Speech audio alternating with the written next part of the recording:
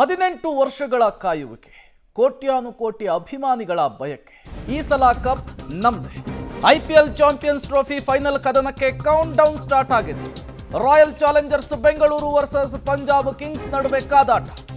ಐತಿಹಾಸಿಕ ಕದನಕ್ಕೆ ಅಹಮದಾಬಾದ್ನ ಮೋದಿ ಕ್ರೀಡಾಂಗಣ ಸಜ್ಜಾಗಿದೆ. ಆರ್ಸಿಬಿಗೆ 18 ವರ್ಷಗಳ ಕಪ್ ಕನಸು ನನಸಾಗುವಂತಹ ಭರವಸೆ. ಮಕ್ಕಳಿಂದ ಹಿಡಿದು ವಯೋವೃದ್ಧರವರೆಗೂ ಕೂಡ ಆರ್ಸಿಬಿ ಗೆಲುವಿಗೆ ಆಲ್ ದಿ ಬೆಸ್ಟ್ ಹೇಳ್ತಿದ್ದಾರೆ. ಆರ್ಸಿಬಿ ಟ್ರೋಫಿಯನ್ನು ಮುಡಿಗೇರಿಸಿಕೊಳ್ಳಿ ಅಂತ ಹೇಳಿ ದೇವರಲ್ಲಿ ಪ್ರಾರ್ಥನೆ ಮಾಡ್ತಿದ್ದಾರೆ. ನಾಡಿನೆಲ್ಲೆಡೆ ಹರ್ಷೋದ್ಗಾರ, ಎಲ್ಲಿ ನೋಡಿದ್ರೂ ಕೂಡ ಆರ್ಸಿಬಿಗೆ ಜಯಘೋಷಗಳ ಆಲ್ ದಿ ಬೆಸ್ಟ್ ಹೇಳುವಂತಹ ಕೆಲಸ ಆಗ್ತಾ ಇದೆ. ನೀವು ಕೂಡ ವಿಜುವಲ್ಸ್ ಅನ್ನು ಗಮನಿಸ್ತಾ ಇದ್ದೀರಿ.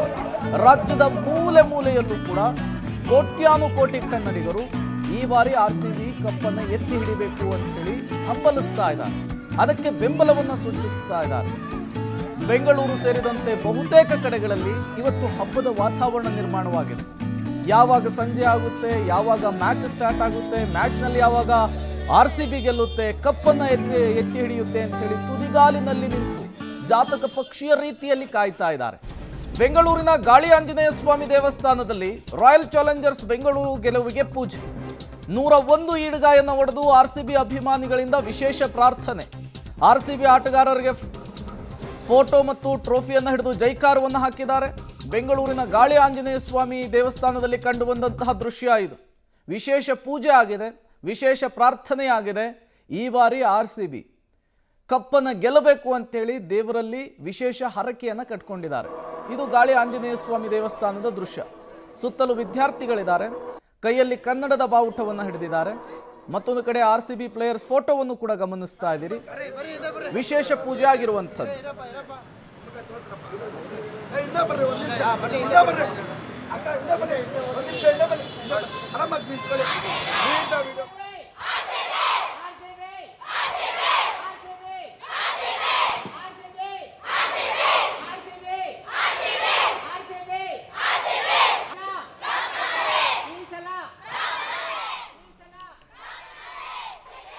ಮತ್ತಷ್ಟು ಡೀಟೇಲ್ಸ್ ಅನ್ನು ಕೊಡ್ತಾರೆ ನಮ್ಮ ಪ್ರತಿನಿಧಿ ಪ್ರಕಾಶ್, ನೇರ ಸಂಪರ್ಕದಲ್ಲಿ ಜಾಯ್ನ್ ಆಗಿದ್ದಾರೆ. ಪ್ರಕಾಶ್, ಹೈ ವೋಲ್ಟೇಜ್ ಮ್ಯಾಚು ಕ್ಷಣಗಣನೆ ಆರಂಭ ಆಗಿದೆ.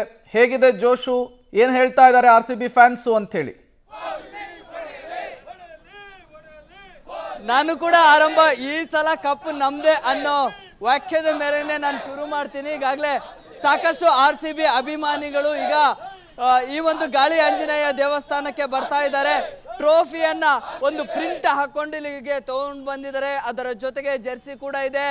ಕೈಯಲ್ಲಿ ತೆಂಗಿನಕಾಯಿಗಳನ್ನು ಇಟ್ಕೊಂಡಿದ್ದಾರೆ. 101 ತೆಂಗಿನಕಾಯಿಗಳನ್ನು ಹೊಡೆಯೋದಕ್ಕೆ ಈಗ ಎಲ್ಲ ತಯಾರಿಗಳನ್ನು ಕೂಡ ಮಾಡ್ತಾ ಇದ್ದಾರೆ. ಈಗಾಗಲೇ ವಿಶೇಷ ಪೂಜೆಯನ್ನ ಮಾಡಿ ಆನಂತರ ಪ್ರಾರ್ಥನೆಯನ್ನ ಸಲ್ಲಿಸಿ ಈ ಒಂದು ತೆಂಗಿನಕಾಯಿಗಳನ್ನು ಹೊಡೆಯುವಂಥದ್ದು ಕೂಡ ಶುರು ಮಾಡ್ತಾರೆ. ಸಹಜವಾಗಿ ಹಿಂದೆ ಕನ್ನಡ ಬಾವುಟವನ್ನ ಇಟ್ಕೊಂಡು ಟ್ರೋಫಿಯ ಫೋಟೋವನ್ನ ಹಿಡ್ಕೊಂಡು ಇದೀಗ ಜೈಕಾರಗಳನ್ನ ಕೂಗ್ತಾ ಇದ್ದಾರೆ. ಮಾತನಾಡಿಸ್ತೀನಿ ಸರ್, ಟ್ರೋಫಿ ಜೊತೆನೆ ಬಂದಿದ್ದೀರಿ ಸರ್. ಇವತ್ತು ಈ ಗಾಳಿ ಆಂಜನೇಯ ಸ್ವಾಮಿ ದೇವಸ್ಥಾನದಲ್ಲಿ ಈ ಟ್ರೋಫಿಯನ್ನ ಪೂಜೆ ಮಾಡೋ ಮುಖಾಂತರ ನಮ್ಮ ಆಟಗಾರರಿಗೆ ಟ್ರೋಫಿ ಹಿಡಿಬೇಕು. ನಮ್ಮ ಏನು ವಿಶ್ವನೇ ಕಾಯ್ತಾ ಇದೆ ಇವತ್ತು. ಆದರೆ ಈ ರಾಜ್ಯದಲ್ಲಿ ಹುಚ್ಚೆದ್ದು ಕುಣಿತಾ ಇದ್ದಾರೆ. ಆರ್ಸಿಬಿ ಗೆಲ್ಲಬೇಕು ಅಂತ ಪೂಜೆ ವಿಶೇಷವಾಗಿ ಎಲ್ಲರೂ, ನಾವು ಒಬ್ಬರೇ ಅಲ್ಲ, ಎಲ್ಲರೂ ಮಾಡ್ತಾ ಇದ್ದಾರೆ. ಯಾಕೆ ಅಂದರೆ 18 ವರ್ಷ ತಾಳ್ಮೆಯಿಂದ ಕಾದಿದ್ದೇವೆ, ಇನ್ನೂ ಕಾಯಕ್ಕಾಗಲ್ಲ.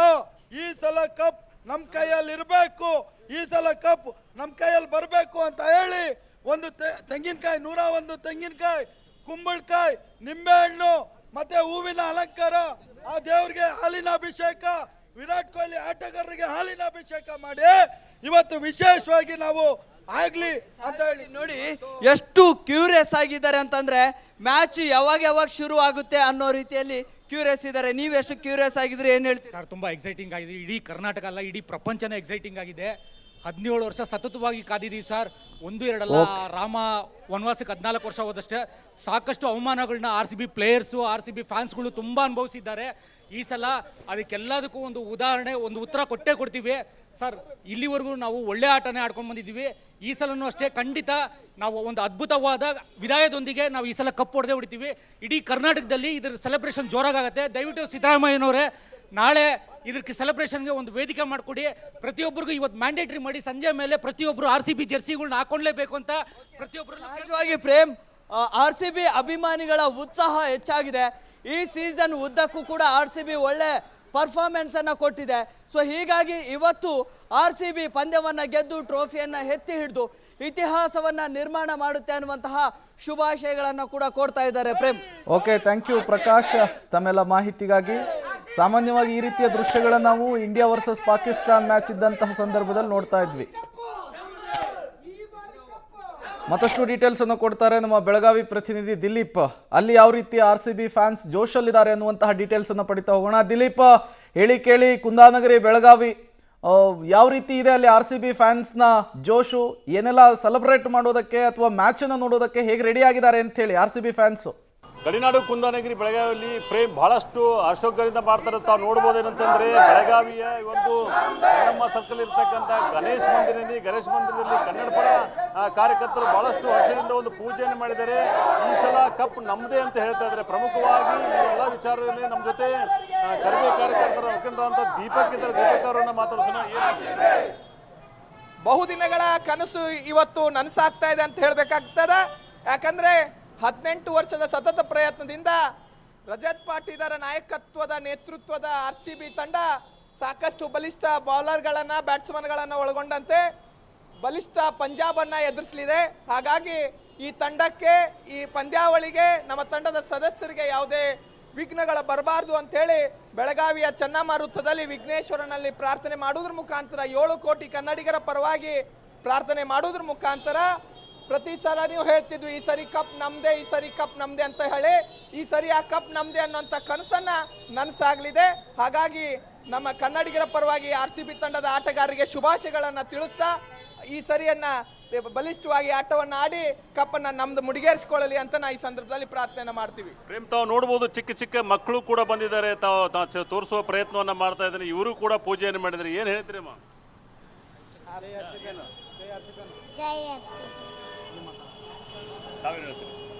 ಈ ಸಲ RCB ಕಪ್ ಗೆಲ್ಲುತ್ತೆ, ಕಪ್ ತಂದೆ ತರುತ್ತೆ. ನಮಗೆಲ್ಲರಿಗೂ 7 ಕೋಟಿ ಕನ್ನಡಿಗರಾಗಿರ್ಬೋದು, ದೇಶ ವಿದೇಶದಲ್ಲಿ ಹೊರ ರಾಜ್ಯಗಳಲ್ಲಿ RCB ಫ್ಯಾನ್ ಇದ್ದಾರೆ. ವಿರಾಟ್ ಕೊಹ್ಲಿ ಹಾಗೂ ರಜತ್ ಪಾಟೀದಾರ್ ನೇತೃತ್ವದಲ್ಲಿ ನಡೆಯುವಂಥದ್ದು ಇದು ಓಕೆ. ನಮ್ಮ